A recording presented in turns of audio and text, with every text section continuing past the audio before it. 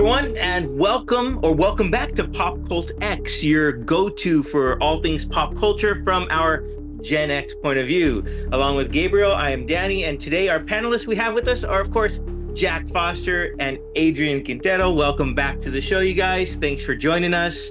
And today, as we're recording this, it is October 1st. So we are moving into the quote unquote spooky season, if you will, where, at least for me, I love watching, maybe I like condensing all my horror films into 1 month. I don't know, just to get them over with, to get them watch them, because it has that same vibe. The air is starting to turn a little bit crisper and colder.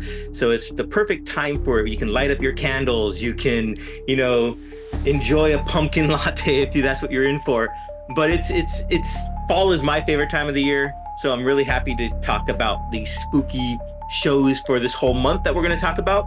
But tonight, it's also exciting because we're going to talk about scary ghost stories or ghost encounters that maybe we've had personally.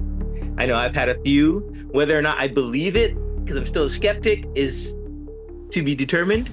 But let's start right in from you guys. Who wants to go first? Any sort of encounter, paranormal experience you guys might have had that you can share with us? And it will be Gabe. Yeah. Gabe said he was eager. I've been so excited. Yeah, I've been so excited to hear about everyone's ghost stories. I didn't want to jump in, but I have a very family like related ghost story. This is like a ghost story that I've been like raised on. It didn't actually happen to me. It happened to my family before I was born, but it's like an infamous part of our family history. And so I'll go ahead and share it with you guys tonight. I think I know this one. Yeah. So my parents were recently married, and they purchased a new home in the historic University of Arizona area of Tucson, Arizona, and really nice home. Excited to get their first home together. My sister was a young child. Like I said, I hadn't been born yet. And they moved in. My mom was there, kind of unboxing everything and moving into the house. My dad had to go away for business, as dads often have to do, and left my mom alone with my sister. And weird things started happening in the house, like doors starting to open on their own. Just kind of like weird kind of things happening, like, okay, I thought I closed that door, or I left that door open. That's kind of weird. But then it started sort of amping up and kind of getting more and more frequent, to where it actually started, these doors and closets were just like kind of opening and closing on their own, to the point where my mom started getting really freaked out.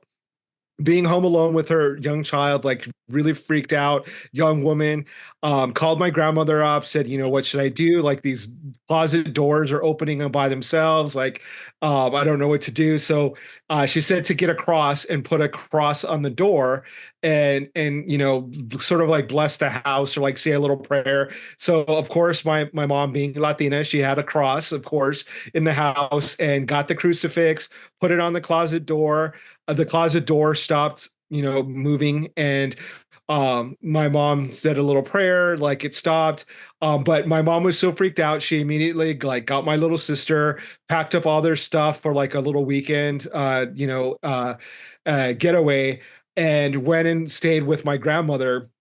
It was so bad and so scary for my mom that she refused to go back to the house, and my dad had to come back.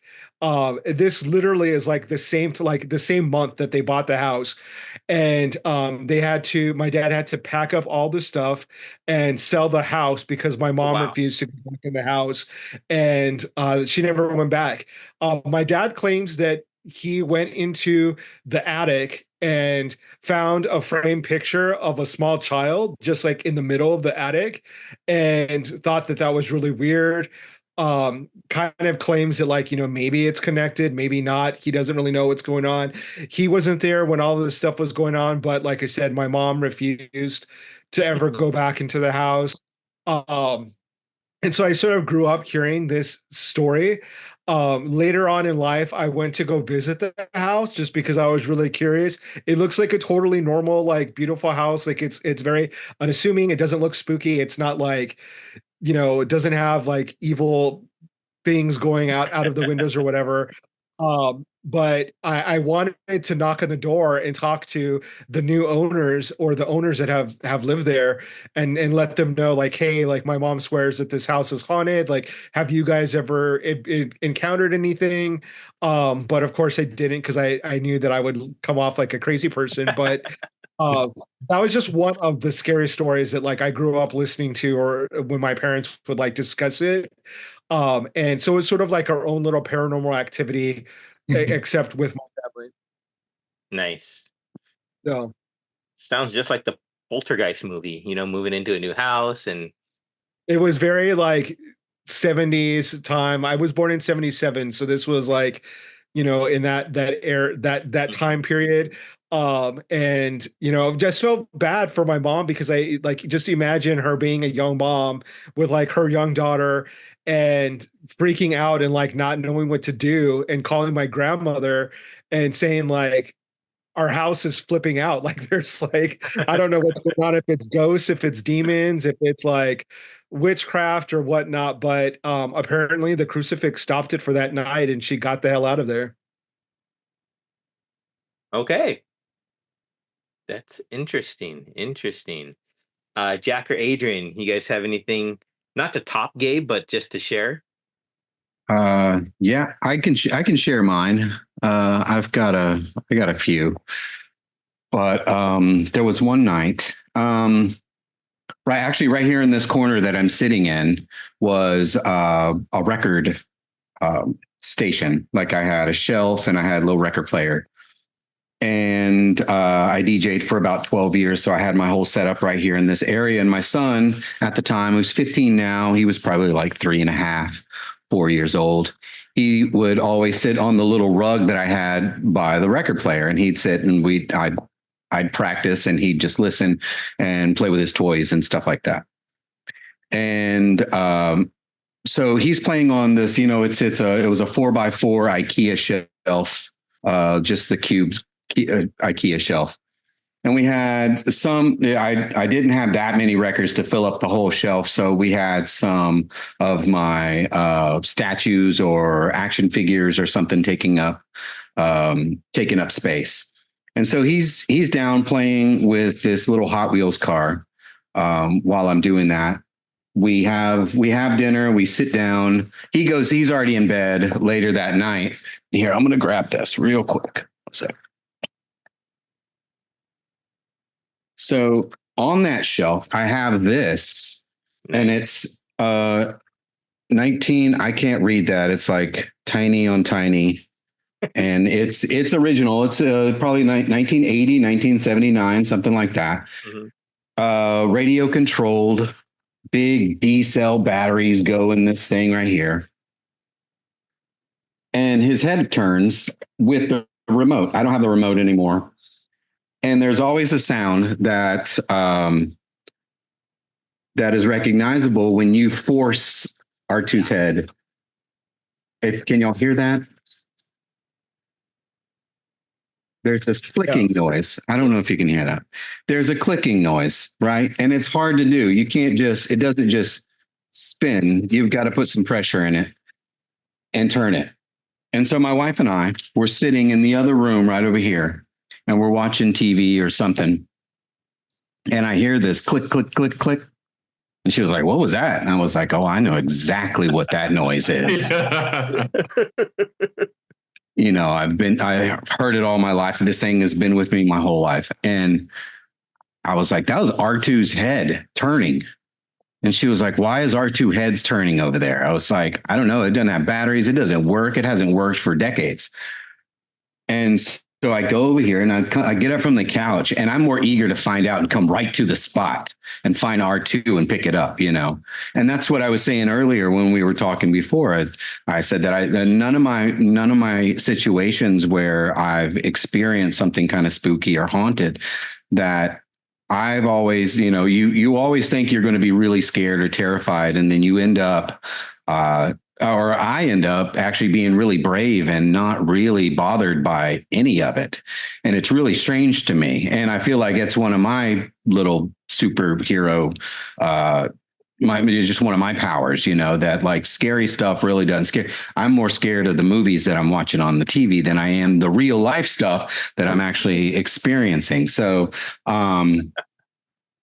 I come over here, it's ice cold, and it's just that ice cold feeling, a different temperature than where I was over there on the couch watching TV. And I come over here and I could just feel a pocket of cold air. And I pick up R2, and then right between his legs, right here, or his feet, or whatever they are, is the Hot Wheel my son was playing with. And like it had rolled past and deeper into the shelf. And I was like, oh. And I had recently just lost, like around the birth of my son, I lost one of my best friends, John Bearclaw, and I also lost my grandmother as well. Very short into those are two people that I wanted to meet my son that never really kind of got to meet my son. We have some photos. I'll do a little mix in of another story. Right here in the same room, dancing with my son, my wife takes a photo of me. And then above me in the photo is this bright light with a spiral tail. Nothing to shine like that. It's at night. She used the flash. We did a lot of like what happened over here. So there was a bit of a charge here with something. Maybe either my friend John Bearclaw, who we call Bearclaw, either my friend Bearclaw or my grandmother kind of sticking around a little bit to say, hey, I am watching him. I'm watching him play while you do, play with your records, and he's playing with his toys. And here I am. Don't forget to, I'm here to watch out for him. I'm here watching you. So that photo of me and my son, I'm sitting here rocking him, or I'm feeding him or something. And then that shine of light and all that. So that all kind of took place in this little area right over here behind me. So that was, it wasn't frightening. It was more comforting. And I feel like I have that. I have a lot of, I guess you want to call them angels or spirits or souls that have attached themselves to me, or that I do feel watched over in a sense more than I do feel haunted by my grandmother, or my friend Bearclaw. I feel like I'm more watched and looked after for a little bit. And I almost don't feel their presence anymore. So, and that was probably about 12 years ago. So I do feel like they've passed on and they're not around so much, but I do feel that they did stick around for a little bit. That's cool. Yeah, it's really neat. Oh really yeah, cool. man. Do you think maybe also why you didn't feel like fear or apprehension was because you kind of on another level knew like, oh, this isn't this isn't weird or uncanny. This is something, like it isn't something to be afraid of. It's something, it's a nice message. I didn't feel like it was malicious, R2 flying across the room, and hitting the wall behind me. Different story. I would have been, I grew up Catholic, but I'm not sure I have a cross handy in this house, but I've watched enough Ghost Adventures where I see Zach Baggin, yell out and say, leave me alone. You're not wanted here. So, I mean, I've actually done that before, said some stuff out loud when feeling icky or something, I still, even having been raised with, that story and some other stuff that has happened, always have my, in case of emergency, crucifix lying around just in case I need one. I know where it's at. Like it's quick, I don't have to search for it. I know exactly where it's at just in case. Come on, I just watched From Dusk Till Dawn. Anything can be a crucifix, right? As I say in the movie there. So there you go. Just get like a wood and your shotgun and you're good to go. Yeah. How about you, Jack? Anything you care to share in this regard? Yeah, I have two. I'll if we have time, I'll give the second one. This I think will relate to Gabe's. I had a longtime roommate in Florida, and she moved to New York, and then I moved. So we were in I lived in the same apartment complex. When she moved, I moved into a single unit. We were in a 2-bedroom. So I moved like literally one door over. I was 2907, and then I moved to 2909, the single. And all the time that I was like, a kind of a nice benefit to living in apartment complexes is you kind of feel like they're not very haunted. You know, like houses, like people die in them, but like apartment complexes are so transitory. You know, you feel like it's just not sticky for ghosts. So like we never had anything in our apartment, but when I was in the other one, when I was in the single, like there was just this constant kind of creepy feeling. You know, the feeling like you're being watched, you're not alone in a room. I would have that all the time, and I would also have crazy dreams. I would have long, weird, strange dreams, like one after another after another. Here's one that I remember. Um, uh, Mulder and Scully were like on some sort of like Japanese cooking show, and it was about like cooking with, you were supposed to make something like the hottest thing you could make, and these people were making burritos, and one person was making a burrito, and they put this really hot Scotch bonnet in it, and Mulder and Scully are narrating while this is happening, and they're like, he's laid in the Scotch bonnet, and then he fills it with a bunch of cheese, and Scully's like, no, no, no, that was a mistake. Oh, no, no, I'm sorry. He lays in a bunch of rice. And she's like, no, no, no, that was a mistake, because the rice is going to absorb the hot, you know, in the mouth. And if you use something like cheese instead, you know, it'll just bleed into it and make it a hotter experience. And like, so I would go from a dream like that to another one equally just insane. And then I would wake up exhausted. And then also like, what the fuck about rice and cheese? Like, and then I had a friend stay with me, and like a friend from out of town, and she stayed the night, and she woke up and she's like, I had the weirdest dreams. And I was like, it's this place. There's just something wacky about it. So I had this, I lived in I had a neighbor, a person who would become my neighbor. I would go visit her. She lived far in another complex, not too far away. And I would always sort of like hang out at her house and kind of like drag my feet leaving, because I just did not want to go back to my apartment because it was spooky ooky. And I also hated going into it when it was dark, because I was like, I'm going to see a ghost. I just know it. So I would hang out with her and I'd tell her about these things. And in particular, one night I had a dream. So this is a dream. In my dream, I'm washing dishes. And I'm thinking, oh, wouldn't it be crazy if I turned around and there was someone behind me? And I turn around and there's someone fucking behind me. And I jump and I scream like a girl. And again, this is in the dream. And then the person behind me just collapses to the floor, goes a little fetal, and just starts moaning.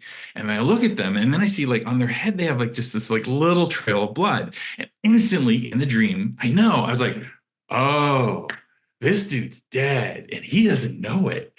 And then I wake up from that dream and I was like, that's who's in the house. So I go to my friend's house. Her name's Carolyn. Shout out, Carolyn. And I tell her, like, I'm just so creeped out. And then I tell her this dream I had. She was a smoker. She looked at me, she goes, you got a motherfucking ghost. So the story doesn't go anywhere from here. I never actually saw the ghost. He never materialized. I continued to have crazy dreams. Eventually, I moved out of that complex, and then everything kind of dissipated. But I do have like a little coda. Like, I also went through like a real serious depression. Like, I was in a kind of a job that was making me miserable. I was really unhappy. My friend that had moved, I felt like she was my best friend, and I felt really, like she was, in another city, and I felt really like just dislocated from her. I had a tooth go bad, and it went bad like over the weekend, and there's really nothing I could do. So I remember I would draw a hot bath, and I would just sit in the bath and soak in the hot water and hold my teeth, and just miserable. Like your 20s, I don't know, not everybody, but your 20s generally suck. Or, can be prone to lows. So I think what actually happened was like I was going through a depression, and I think sometimes depression can kind of like there's internalized depression when you're sort of like in touch with your feelings, but I think sometimes like depression can kind of feel externalized. And I think that's what like a large category of hauntings are, because you talk to people and you dig at these stories, and I think like your mom, you dig at these stories and like, oh, I was scared. I was alone. I was in unfamiliar territory. All the things that were there to comfort me weren't there, and all these things were happening that slightly ambiguous but feel menacing. And I think like that's depression. So Yeah. I think looking back, my haunting isn't a real ghost. I think my haunting was just my depression sort of externalizing itself, which isn't to say that I don't believe in ghosts. Or I don't know, I love ghost stories, and I feel like every now and then I'll hear one and think, well, there's no explanation for that. There's no explanation for what that can be. But then I also, on the other side of it, think like, man, when I die, I don't want to like hang out, getting pulled into Ouija boards. I got shit to do. I don't want to. I don't want to. Let me go. Well, What about you, if it's Danny? depression, my depression did something really wacky once that I'll share with you. It's a quick little story. It's not too in depth, but my parents got divorced. So flash forward to where I'm like a teenager, angsty. I was totally into paranormal stuff. So I was like reading about ghosts and demons and exorcisms and all that stuff. This is while I was going to Catholic school. So I was like very much, like living a life of contradiction, like going to church every day and then like reading about ghosts at night. Um, so I bought this big book, encyclopedia of paranormal activities type stuff, and it had everything in there from like A to Z, aliens to like devil to ghosts, everything. And shared it with my friends. We would like read it and be like, oh my god, that's such a creepy story. Had it for a few months, put it in my room, kind of forgot about it. One day decided to pull it back out, and all of the pages in the book, no joke, were all blank.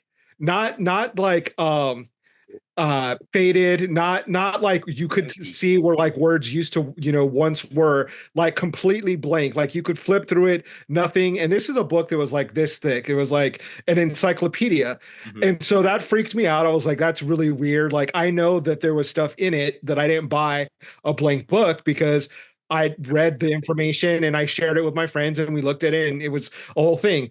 So that was part, one of this scary room in this house that like was kind of spooky. Um, my dad started seeing shadow people at night, and I shared it on our last podcast, Mhm. so I won't go into the depth of that. But he was seeing shadow people at the same time that this was going on. So my dad's girlfriend had lived with us, and because I lived with my dad only part-time, she used my closet as her extra closet for her clothes. So she had clothes in my room, and I had my clothes, but there was it was so big that she had clothes in there as well. So we sort of shared my closet. And so she would sometimes go in my room to get her clothes and then and come out. So one day I went in and went in my room, woke up, as it was on the weekend, and woke up, started going about my day. And she said, you need to make your bed. And I was like, okay, whatever. Went in and did like the lazy teenager thing where I just like didn't make the sheets. I just put like the comforter on top and like kind of made it look nice, and without really like doing the work. Went back in my room later in the day, and I saw that she put her clothes out for the night, and I saw, like, I don't know, a blouse and some slacks or whatever that she put on the bed. So I knew she was in the room. Went back at the end of the night to go to sleep, and literally like everything in my bed was like thrown into the corner. So it was like my pillows, the comforter, the sheets, everything except for the mattress was like bare. It was just like a bare mattress. And I immediately thought, this bitch got mad that I didn't make the bed, and looked at the comforter and got mad and pulled the sheets. And I was like, and I'm gonna have to make the bed now. And it's like 11 o'clock at night, and I'm tired, and how dare she do this? And so I like made the bed and put the comforter back on it, went to sleep, kind of didn't think about it.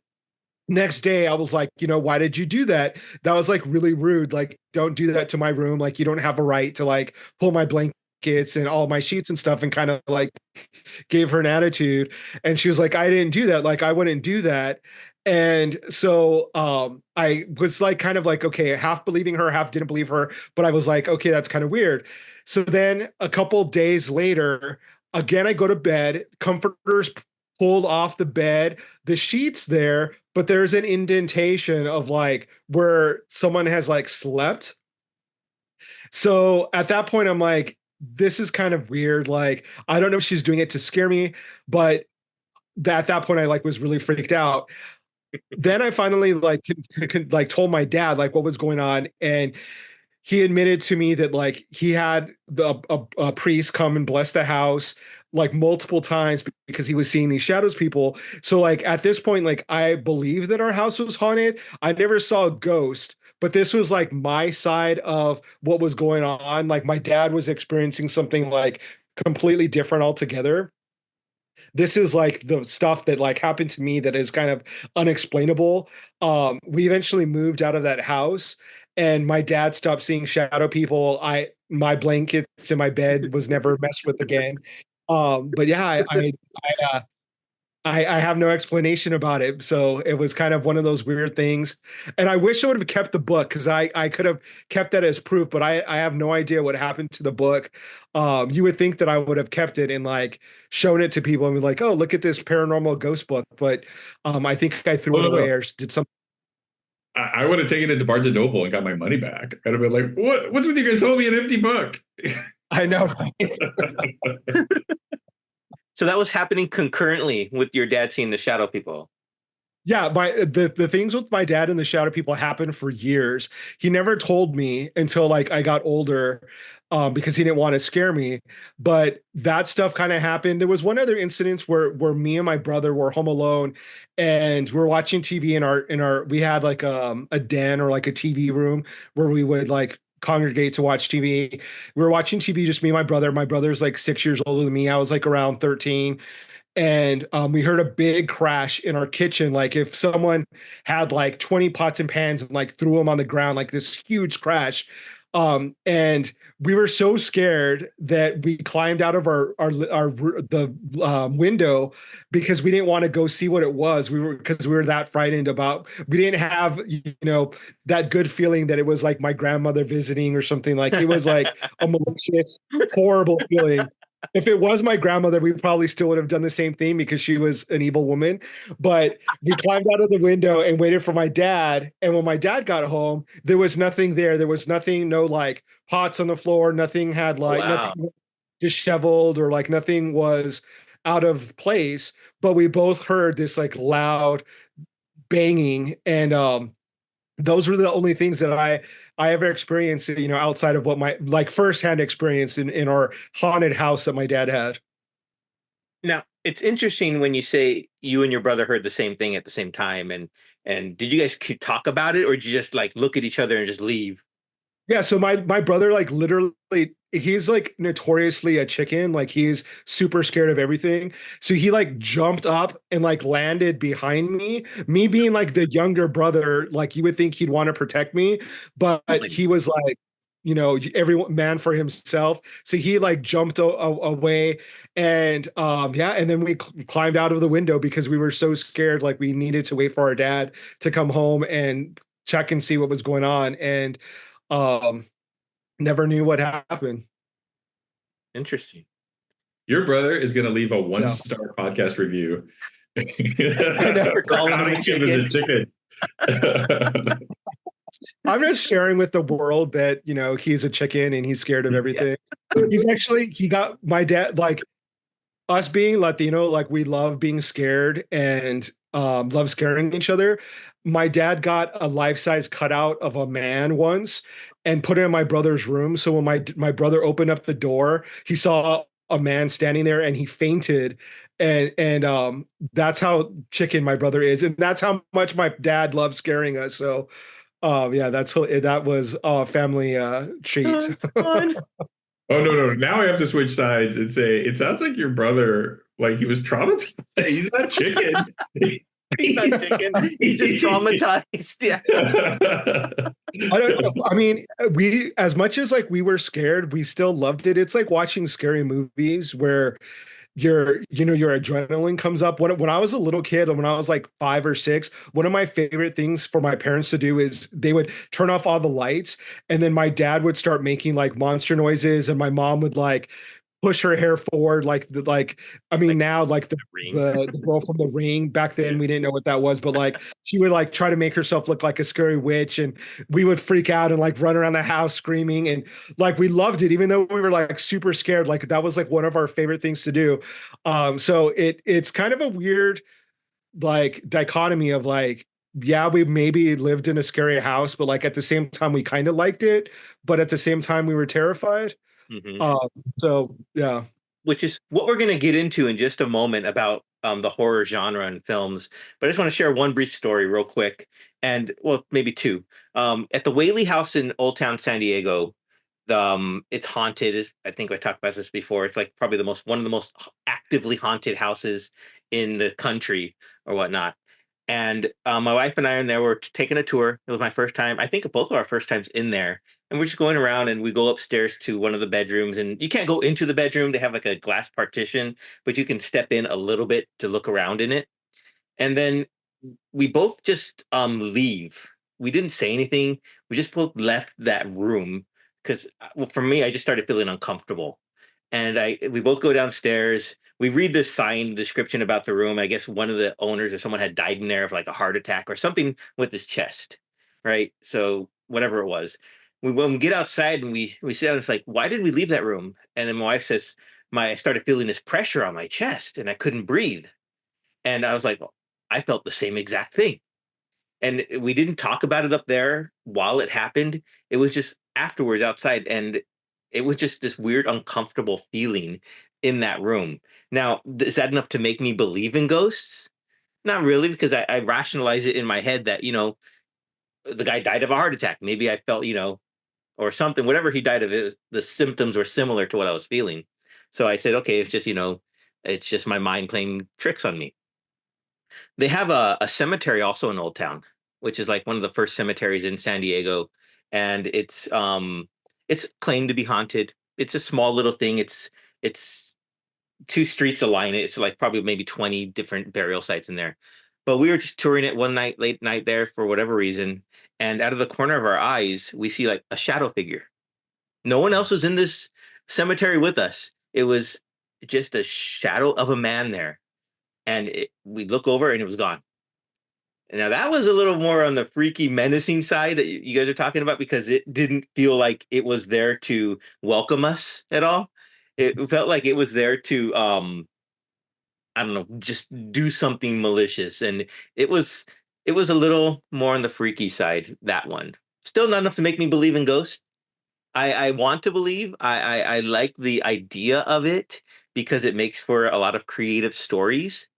And maybe unless like one of my light posts behind me falls down right now by a ghost, maybe then I'll believe. I don't know, but it's I want to believe in life after death just for that instance because like you said, you don't want to stick around when you die, but maybe I do. I want to go mess with someone. I want to go push some things over and just make people question their sanity because that'd be kind of fun. Um, but that's just me. Well, I was Uh, going to ask you, like, if you saw a shadow person, what would it actually take for you to believe in ghosts? Like, do they have to like shake you and like convince you? walk Like, up to me and say, "Hi, I'm a ghost." yeah, like if you saw a shadow person, like that's pretty definitive, no? You would think so, but I don't. I don't know. And my wife gets mad at me all the time because I say I don't believe in it. Even after what we've seen, I still don't believe in it. So I don't know what it would take. I mean, Is I it like don't a know. self-protection? Like if you don't believe it, that then it's you're It, not scared because it could very well be that because that's when we talk about horror movies, I for the longest time didn't watch any because they didn't scare me. Hmm. And it was like, why bother? I'm not going to get scared. And that when we get into this topic now of scary movies and whatnot, it's why do humans or us, why do we like horror movies? Why do we like being scared? What is it about us inherently that we chase or seek out that thrill? And so I'm curious to hear what you guys think about that, why we look for the fright before we get into more of the general horror movie stuff. What do you guys think? I can I go? Yeah. I have a someone explained this to me about obsessive compulsive disorder. They're like, nobody likes the part which is, did I leave the stove on? Did I leave the stove on? Did I leave the stove on? But the absolute bliss you feel when you go and you look and the stove is off, Mhm. like that is the thing that they're chasing. Like it's that little shot of like, oh, I did lock the door. I did da da da.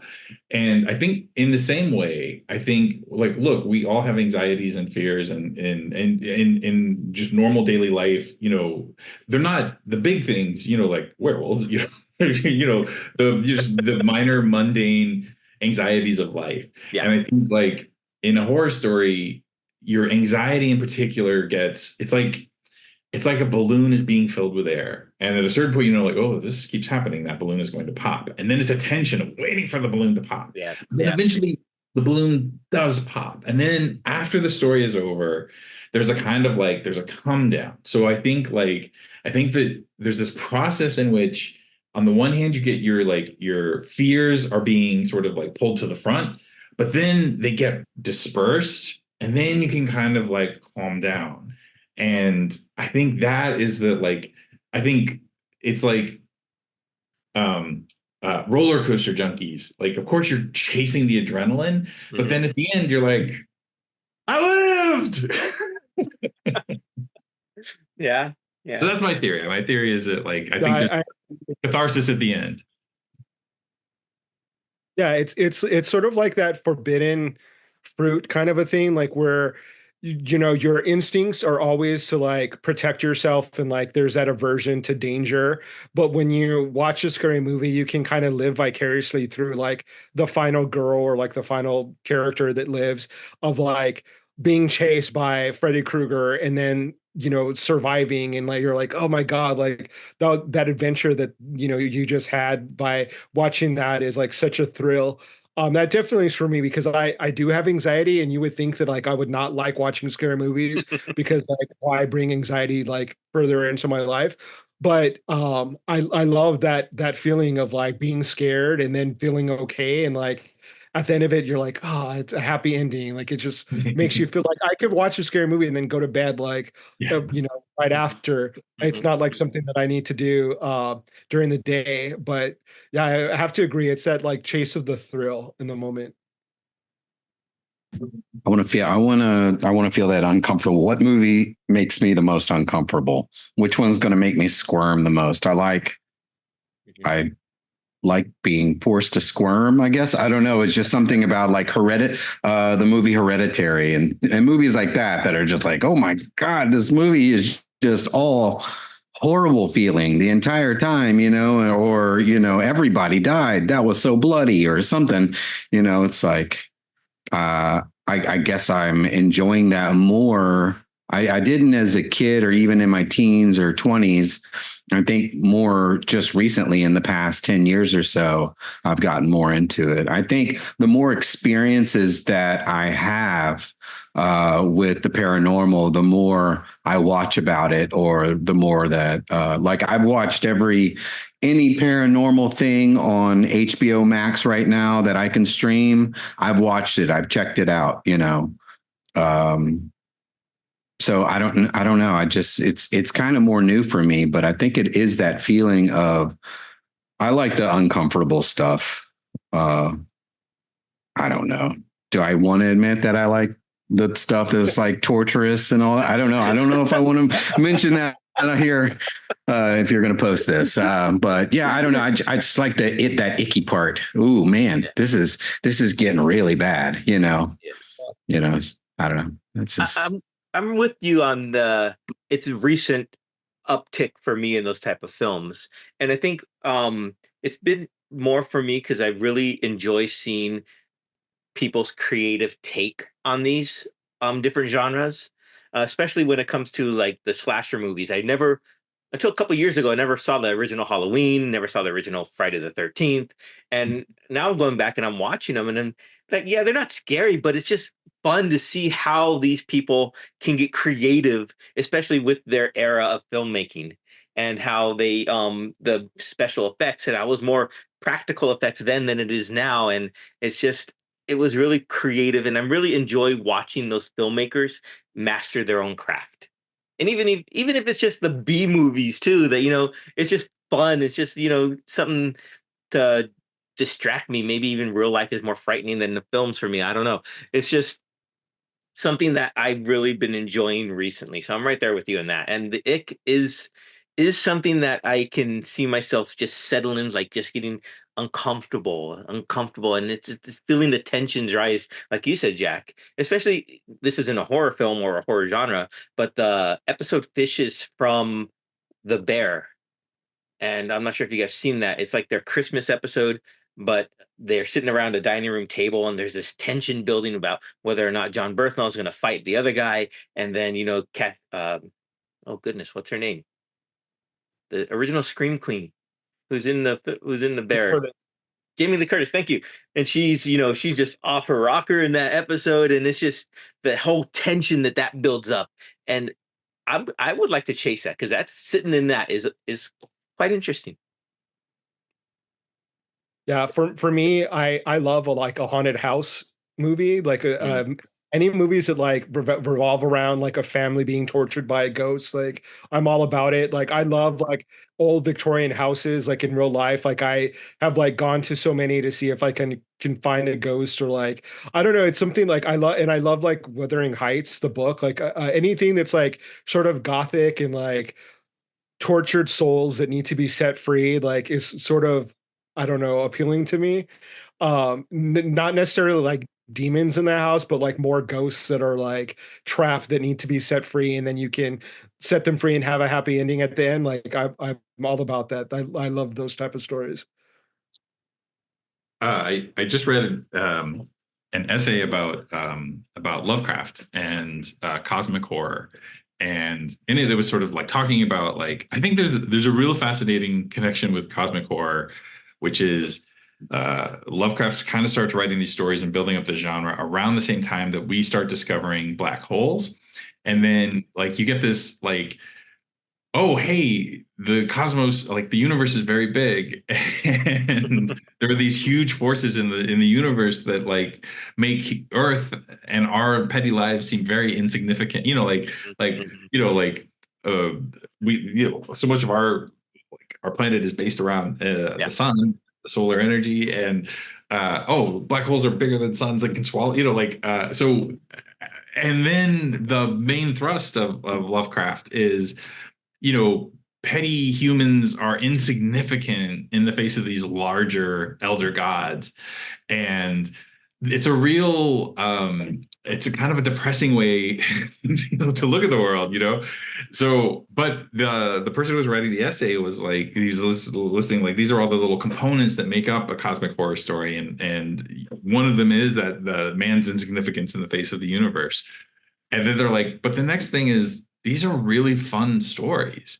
Mhm. They're ultimately like at the end of the day, it's a big buster with a bunch of eyeballs and tentacles, and that is fun. And the fun, like for as dark as the material is, and the sort of like based in a kind of like a very existential sense of dread, the stories are delightful. Like they're fun romps. And I think that that's a kind of like just because something is dark or gory or heavy doesn't mean that it can't also, like what's that phrase, whistling past the graveyard, there's a real connection between like horror and comedy, and Yeah. I think like fun, like I think chasing that thrill of like it's a very small, just a very small little tiny piece of what death is like. That you can sort of like have a little bit of a sense of control around, Mhm. and that is it's a kind of a high. Yeah, that's true. Do you guys have a favorite horror genre, whether it be like slasher films or a traditional vampire, witches, werewolf, zombie, anything like that? Do you guys have a favorite genre? I would say anything with vampires, I think, is number one. Lost Boys being one of my favorite movies of all time. Bram Stoker's Dracula as well. Blade, stuff like that. Just, I mean, if it's got a vampire, I'm most likely I'm gonna enjoy it. So you watched all 7 Twilights. I have not watched all 7 Twilights. Vampire. You know what? I have watched maybe the first one I've watched, but I have not watched the whole thing. But yeah, most of the time, you know, and I guess I didn't mind it, you know, it wasn't horrible, but it wasn't enough for me to like, I got to invest, you know, 14 more hours in this or however long the rest is, you know, but, and I haven't seen every vampire thing out there, but man, I remember as a kid, I was like, "Oh, I like Dracula." I was Dracula a couple times growing up as a little boy. Just something mysterious about him. Yeah, I have to agree with that. I love a vampire story. I have been a vampire so many times for Halloween, and when I found like the fangs that you could put on that like look real, like oh, I love that. You mean candy corn? Yeah, no, like the actual fangs that like you put like polydent, so like it's like a denture, like you just put them on your canines, and everyone thinks that it looks real. At least it did back in the day. But I don't really find like I'm not scared of vampires or Dracula. Like I always feel like if I saw a real vampire, I'd like rush to them and be like, hey, can I be a vampire too? Like especially like there's one particular scene that in Bram Stoker Dracula with Keanu Reeves and Dracula's brides, where I was like, I'll volunteer to like be a vampire. Like it's it's not scary at all. Like I was like, I'll be right there in a moment. So, but my favorite genre is, like I said, is haunted houses. Like The Conjuring is one of my favorite films. Amityville Horror, like family escaping the haunted house is like is perfect for me. Yeah, paranormal comes in second, real close second. Yeah, but yeah, I love that genre. How about you, Jack? I'm a big fan of what they call weird fiction. So I would say Hereditary. If you take the first like hour and a half of that movie, because at the end of the day, like it's a possession story, but you don't really get that until the last like 20 minutes. But the first hour and a half, all the stuff is happening, but you don't really know what it is, and it doesn't make sense, and it's not you know, a thing that I love in that movie in particular, because I think a thing that defines weird fiction or eerie stories is its mood versus, you know, it's about a sense of being unsettled and feeling dread versus like, oh, there's a monster chasing you or there's a killer.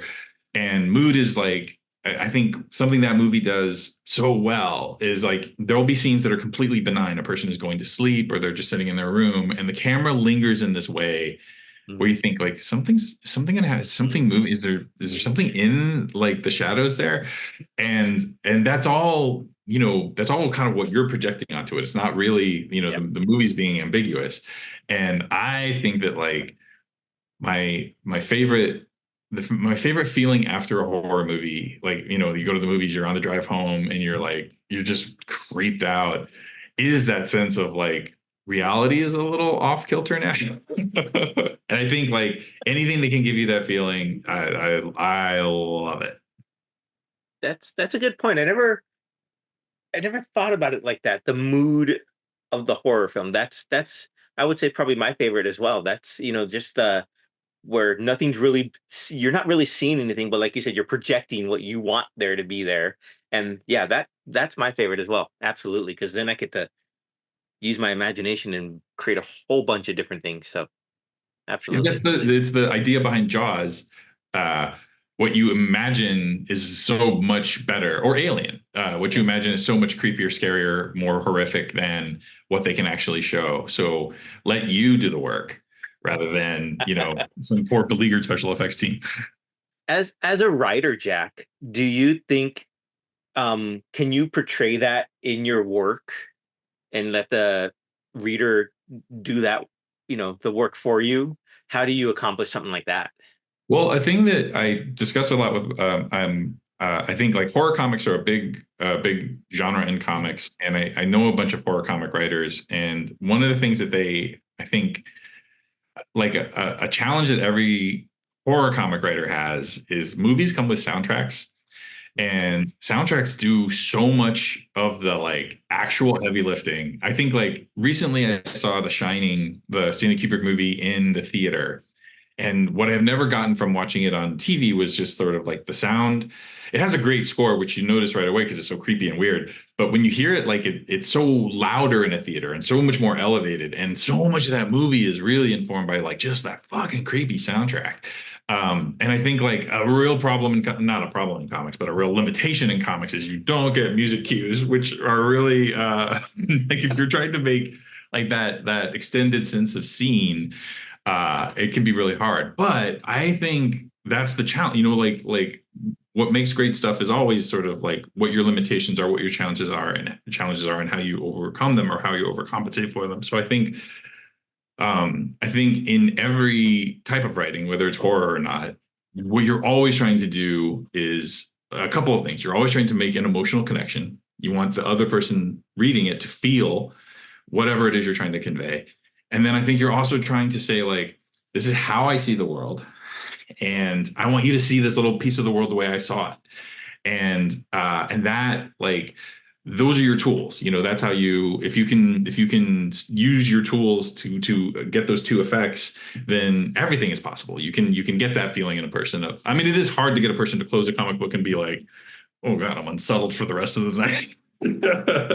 But I'm reading one right now that is doing such an amazing job. If I could give a small plug, I don't know if you guys are fond of Charles Burns. He did Black Hole. He's a kind of a more of an indie guy than a big DC guy, but he just put a book out called Final Cut, and it's super creepy, and it's mood after mood after mood. It's really fun. Nice. I'll have to check it out. Yeah. If I can interject real quick, Jack, you might be stumbled onto something. You know how greeting cards, when you open them up, they play sound? So why can't you incorporate that into your comic books? Each time you turn a page, the mood, it triggers like the little sound effect or something that you want to give to your audience. No, at the end of every book, I post a soundtrack. Yeah. I think people think like, oh, this is mood music you're listening to when you create it. But no, I want you to cue these, like, because I'm not fully insane. I don't say, and at 2 minutes and 16 seconds in, please play this part of this song. But I just sort of like, hey, if you make a playlist, or I have a playlist on Spotify, if you listen to this while you're reading it, you'll get the full experience. Awesome. That's cool. That's a really great idea. You should copyright that before I steal it. No, I think I didn't. I don't know if you guys read Scud, the Disposable Assassin, but what he would do at the end of the book is he would assign voices. Like John Malkovich is the main character, and so. So I think I pulled the idea from that. And hey, it's free domain. Everybody make your comics, make your comic soundtracks. That's cool. That way you can kind of get a voice of who the main characters sounds like. Yeah, that's kind of cool. That's interesting. Well, as we dive into this month, we're going to be talking about each episode. We're going to talk about more in depth about the different horror genres. I think the next one's going to be about vampires. So we're going to dive more in depth. And then we're going to talk about Gabe's favorite, zombies. And then, we're going to talk about witches, which I'm really excited to because I've been watching a lot of Agatha all along. So witches is all going to be there. Then we're going to get into, I think, Gabe's also second favorite. We're going to get into like the more demonic, and possession type stories and how that all relates into pop culture. So if you guys are watching this right now, make sure you tune back in and stick around because we are going to get very in depth here. And I think if you notice in some of the editing in this, you'll see that maybe a little bit more stylistic just as we go along these. So you guys have any parting thoughts you'd like to share? Anything, any plugs you want to shout out to? Can I? It's not my stuff, but since it's Halloween, there's a fantastic book called Dwellings, which, if you look at it, is sort of animated, like, or not animated, drawn like old Harvey comics, like Casper and Richie Rich and stuff like that. But they tell these like really gruesome little stories. So it's kind of a switcheroo, like you think it's going to be the sort of like they're calling it, I think, cozy horror. which is a fun thing. And then a really great companion to that, I think one of the best comics that came out last year was Beyond the Trees, which was I think, yeah. beneath the trees and nobody sees. Is that the one? Thank you. What a terrible blur. Did you read it, Adrian? I have not. No, I it's hard to get your hands on it. It was a little smaller run and got really popular with some really valuable exclusives, hard to get exclusives and all that type of stuff. But yeah. No, I wish. I mean, I'll wait till it gets released to the library or collected or something like that, and I'll sit down and read that one. So the collection just came out, I think just last week or maybe the week before. So it's available. It'll probably hit library soon. But it is also drawn. It's drawn like there's sort of these animals. Like remember the Richard Scarry books? Like the town and mayor and blah blah blah. So it's drawn in that style, kind of watercolory like those, but it's about a serial killer. Okay. Just a little aside, when I was reading it, I was like, oh, in those old books, there used to be this little bug called Goldbug, and you're supposed to hunt around and see if you could find him on the page. It was like, where's Waldo? And so I was like, oh, I wonder if he went that far and he put a little Goldbug. So I'm scanning the page to seeing if I can find it. And then there was this like very anatomically appropriate, really gruesome dismemberment scene.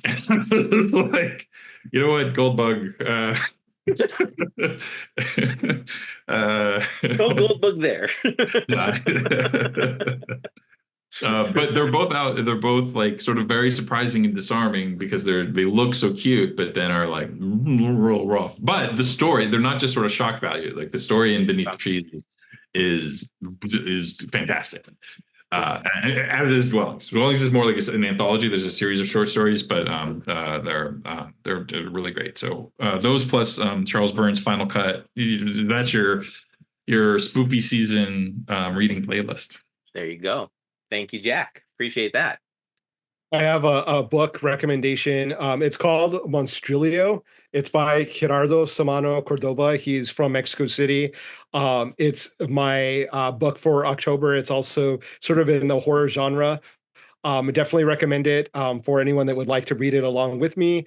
I just started it, but it's definitely got some moments that are very make you feel queasy, kind of uneasy. So for people that are fans of like Hereditary or like those kind of films that make you feel a little uneasy, this book is like right up there along with that thematically. So I definitely check it out. Plus, I love the subgenre of horror books written by Latinos. I think there's like a little additional like spice that we add that from our culture that really lends itself to horror fiction.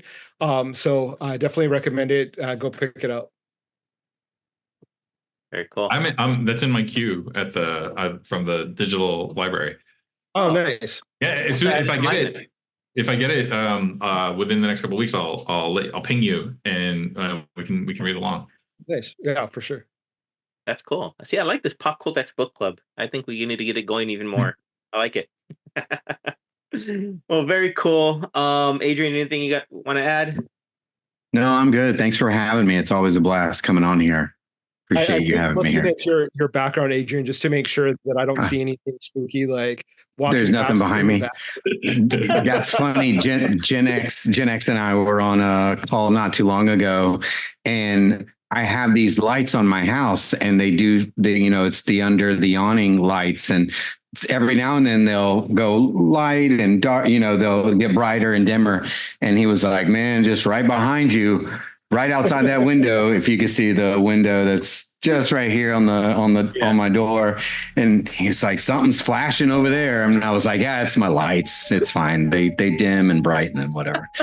So it's funny you say that, Gabe, because I'll do that to all three of you guys to make sure nothing happens. Just like a random hand coming out. Yeah, just awesome. Well, Jack, Adrian, Gabe, thanks for coming on the show tonight. We appreciate it.